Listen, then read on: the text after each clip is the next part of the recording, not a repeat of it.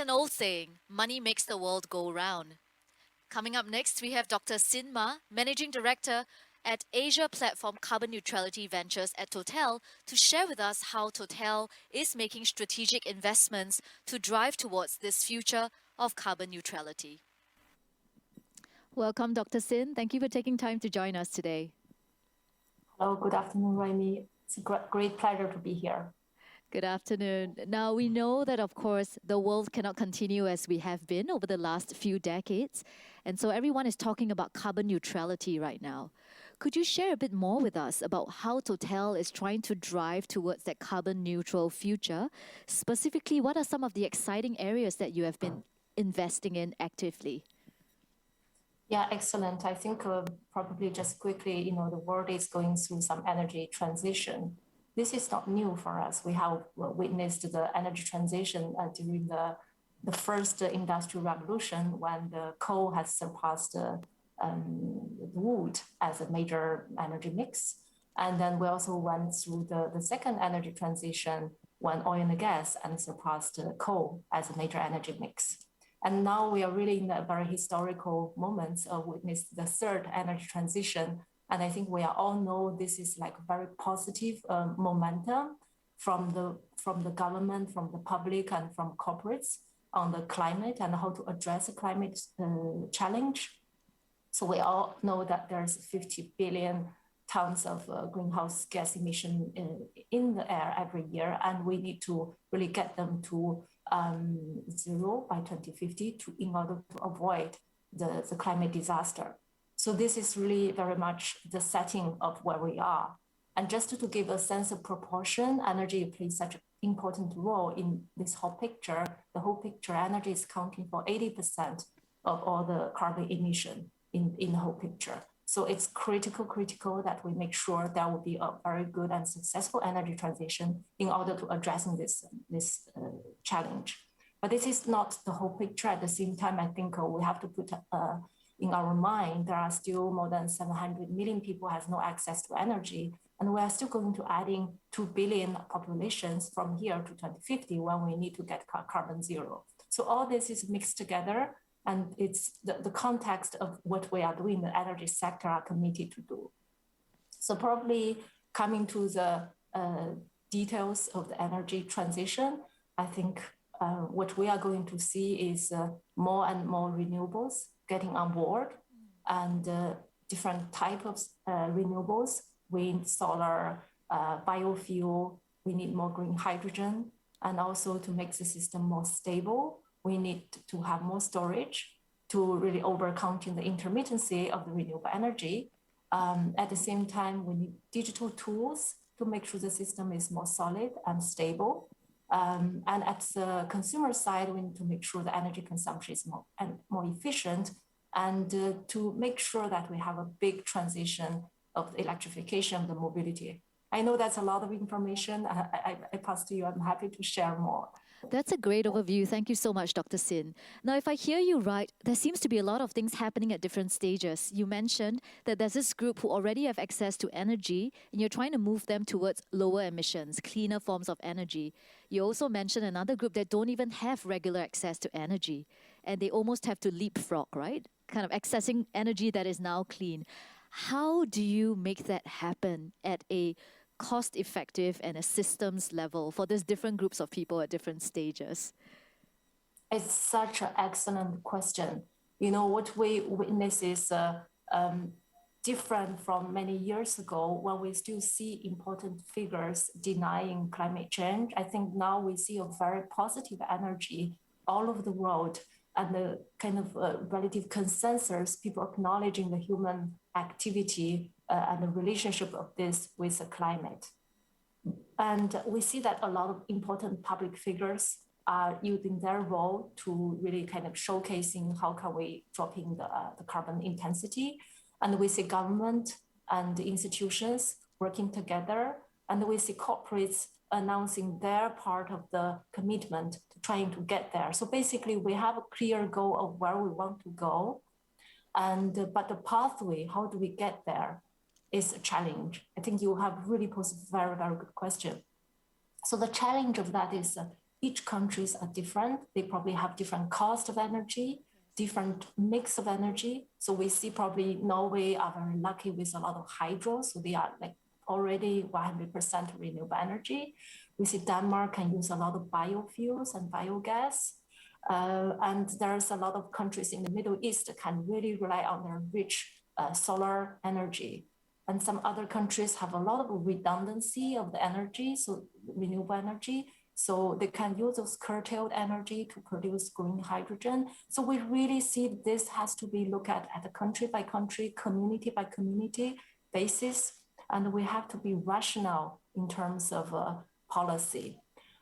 So with all this, I think a simple tool that if we can rely on will be a carbon price. I think if I'm sure our audience has been reading the books from Bill Gates, and the carbon price will be a simple economic tool, really attaching a price label to the cost of CO2 so that people will do the rational behavior and economic decisions in order to addressing this.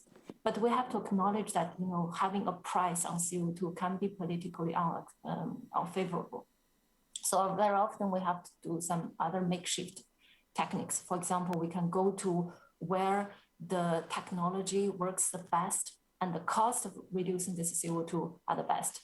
I'll just give you one example. So I was quite amused to read some articles in Economist, and they were talking about a very well-intentioned initiative by the Berlin government to proposing and subsidize a kind of like, you know, bicycle, cargo bicycle, basically a bicycle with a little kind of box in front. You can put your kids or some grocery there.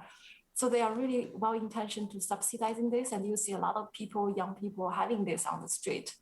But when the policymakers trying to do we see recap of what happened, and they realize it's so costly because I think they spent like 370,000 euros to reduce 7 tons of CO2. So which basically is a $50,000 per ton, where you can have a lot of like a very low cost, probably $20 or even you gain by energy efficiency measures, for example. So that really shows it's extremely important. We do it case by case, country by country, region by region, energy by energy. I think that's really good. There's no real shortcut, isn't it? We all have different state of natural resources, renewable energies available to us. And I hear you. I think it's very much understanding where each country comes from and starting where they are. And ultimately making sure that the economics make sense as well, because otherwise it's not going to be sustainable. Now, on Absolutely. that note, since again, when I started, I said money makes the world go round. Money drives behavior as well. So how does Total, using strategic investments, how do you try and drive local level changes, working with these different stakeholders? Can you walk us through some of your investments? You mentioned biofuels, renewables, digital platforms. I know that Total's carbon neutrality ventures also goes into things like bioplastics, energy storage. So kind of walk us through some of your investments and how you use these investments to drive that systems level change that you so desire. Thank you so much. Thank you so much. Happy to share. I think probably I'll first share with you the goal of Total in terms of carbon neutrality. And then I will share about at the group level, in the business level, what are the investment trend. And then I will come down to the role of corporate venture, because we probably have slightly different targets. So at the group level, I think Total is very proud to be among, I think, the 400 around companies globally having a clear carbon target for 2050. Basically, the target is to get carbon zero, carbon neutrality by 2050. So with a very clear roadmap of each decade, what will be the tool. So basically, just a simple definition, that means 100% scope 1 and scope 2 carbon neutrality. Scope 1 basically means our activities will be carbon neutral, and scope 2 basically is like what we purchase from our suppliers will be carbon neutral. And then we also make sure in the European region, all the scope 3, the scope will be carbon neutral. That's extremely important, which means not only our activity, not only activity that we can control from our suppliers, but also the activity of our clients in the whole Europe is going to carbon neutral. So we think that's very important. It's not only client decision, but as a supplier, we can play a role. So with that, at the group level, I think Total is doing a lot of things, because as we can see from the earlier exchange, different from the relatively simpler energy transition in the past, you see one energy mix like overpassing the other one, but there's always a dominant one. But this time, what we see is the challenge is really like you don't have one single solution. You basically need to have a big bag of toolkit, and then each country, each government, each company will have really from the toolkit to take out what we need. And what makes things even more challenging is we're talking about something 2050. So even if everything we have in the toolkit, we probably will still not be able to addressing this. So there is something like a lot of specialists call the tool X or technology X. So we're expecting something more to come in to really helping us to go there. So that's the first I like to share. And second, like share at the group level how Total is looking at this, how to addressing this. So I think the first important thing is we think we need to add more and more renewable energies. And Total is actively working on the solar farm, offshore wind, and also biofuel, biogas, all these renewable energies. We think it's extremely important. We need to add them in the energy mix. And Total is targeting to have 25 gigawatt of capacity by 2035. But at the same time, on the top of that, on parallel, we still think that natural gas is going to play an extremely critical, important role, especially in replacing coal. And especially we have to have abatement measures together with it. Abatement measures means we have to make sure we use natural gas in a good way, and the carbon footprint is going to be minimized.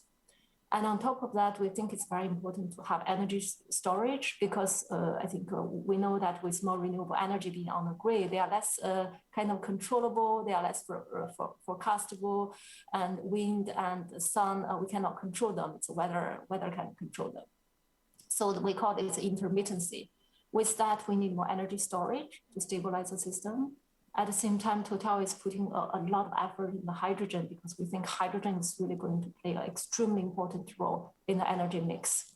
And all that is probably about what we can do in terms of energy supply, but we don't think that's sufficient, because there's always this residue carbon that we need to address in the end. So that is where we are working very actively on technologies such as CCUS, carbon capture, use and storage, because we think we still need to capture those residual CO2 and store them in a safe way to helping us to really come in there. Maybe one last element from Total is on the demand side. We will talk to us about. On the demand side, I think what we are witnessing is a massive scale electrification of the mobility sector. But that's for like passenger cars and light duty vehicles. So Total is working on EV charging and energy solution for that EV parts of the mobility, and also having solutions for other part of the mobility stories. For example, hydrogen for the heavy duty trucks, compressed natural gas for heavy duty trucks, explore the hydrogen use for the aviation. And all those are things like we need to actively planning and working on now to make sure that we will have sufficient tools. So for the Total carbon neutrality venture, we are the corporate venture of the group. So we are very lucky, because we are really investing in innovative technology and business models. So we are allowed to have a longer kind of view when we're scouting those technologies. So currently we are really looking at the battery recycling, because with electric vehicle there's going to be a lot of battery. We are looking at plastic recycling, because the post-consumer plastic is a big issue for the planet.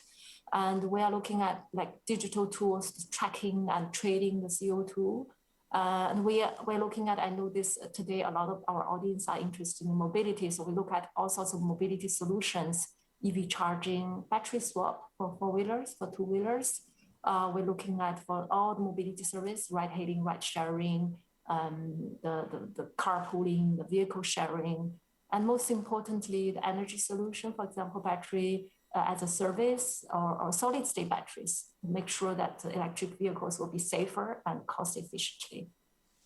So very, very exciting fields, lots of things that we're looking on. We're really thrilled to share this today with you. Lovely. It's so nice to hear that Total has, like you said, very structured objectives at the group level and finally to the ventures level. Everything from energy supply and the diverse mix to even capturing the final residues of those and to drive demand. Now, I'm curious, you did mention about that Tool X.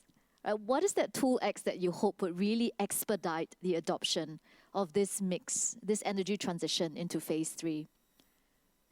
I think there's, because this is X, so all the, everybody is looking on it, really like working on it. I think that there's certainly a lot of different school of thoughts. It's hard to see because there is so much human invention, ingenuity in there. I think we can be nicely surprised by the power of invention by the human being and technology. But just to give some of our thoughts, or probably just my personal thoughts, I think, first of all, we mentioned hydrogen. Hydrogen can be still used in a much larger level, and especially green hydrogen. Also, we've been talking about hydrogen for a long time. The hydrogen we are talking about, 90% is coming from, we call it gray hydrogen. So the color is gray, which means they are coming from fossil fuel.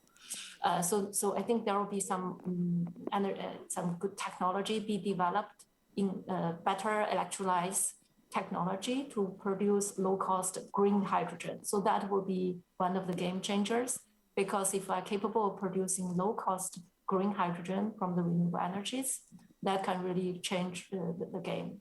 And a lot of people is talking about nuclear. That I'm sure that a lot of R&D and a lot of academics are looking at. I think that's something certainly still playing a big role in the energy mix now.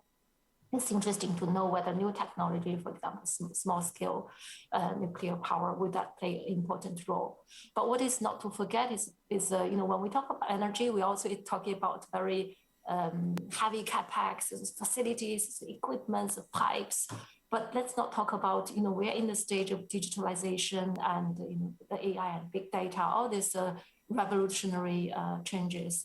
And those is also going to play a very important role. Just to give an example, when we have the renewable energy on the grid, and having said they are intermittency, the nature of intermittency, sometimes we cannot bring a lot of them on the grid because that is going to disturb the grid, destabilize the grid. So I'm sure that there will be better digital tools on the supply side, helping us to better forecast the weather, forecast the supply of the renewable energy, to give a better visibility to the grid to dispatch those energy. From the demand side, it will be really better to forecast the demand pattern, just to take the information data from each household, from each CNI, commercial and industrial clients, having a better vision using the data to have the pattern of consumptions. With all this visibility, the digital and data tools can also be one of these, the so-called magical technology X.